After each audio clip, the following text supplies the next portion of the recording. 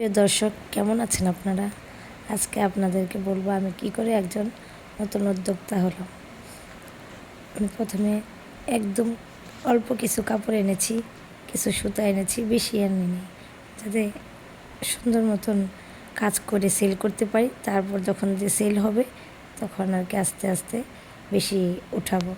তো আলহামদুলিল্লাহ আমার যেগুলো বানিয়েছি সাথে সাথে সেল হয়ে গেছে।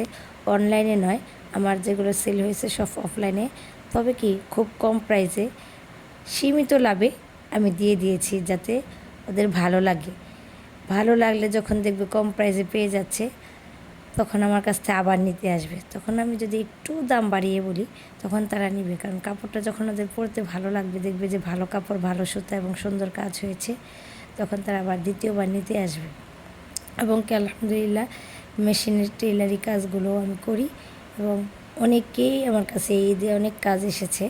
তাই সবসময় চেষ্টা করবেন যাতে বেশি কাজ বেশি হয় এবং প্রাইসটাও একটু কম হয়, যাতে আপনার কাছে সবাই দ্বিতীয়বার আবার বানাতে আসে। তাই ইনশাআল্লাহ আপনারা সবাই চেষ্টা করবেন আমার মতো। আমিও ইনশাআল্লাহ চেষ্টা করি যাতে আমি আরও ভালো কাজ করতে পারি। সবার সহযোগিতা করতে সবাই আমার সহযোগিতা করবে। কিছুই আপনাদের সাথে শেয়ার করলাম, হয়তো বা আমার কথাটা আপনারা স্পষ্ট বুঝবেন না। আমার গলার অবস্থা খুব খারাপ এখন, সিজন পরিবর্তন হওয়ার কারণে আমার গলার অবস্থা খুব খারাপ হয়ে গেছে। কথা বেশি বুঝতেছেন না জানি, তারপরে একটু মনোযোগ দিয়ে শুনলে ইনশাল্লাহ বুঝতে পারবেন। আর কোন জামাটা আপনাদের কাছে সবচেয়ে বেশি ভালো লাগছে কমেন্ট করে জানাবেন, তাহলে আমার আরও ভালো লাগবে যে আপনাদের কাছেও হয়তো বা কোনো জামা ভালো লেগেছে। আর যদি না ভালো লাগে তাও বলবেন। তবে আমার কাছে এই রানী গোলাপি জামাটা বেশ ভালো লেগেছে, অনেকে এই জামাটা বেশি পছন্দ করেছে, ফুটছে কাজটা।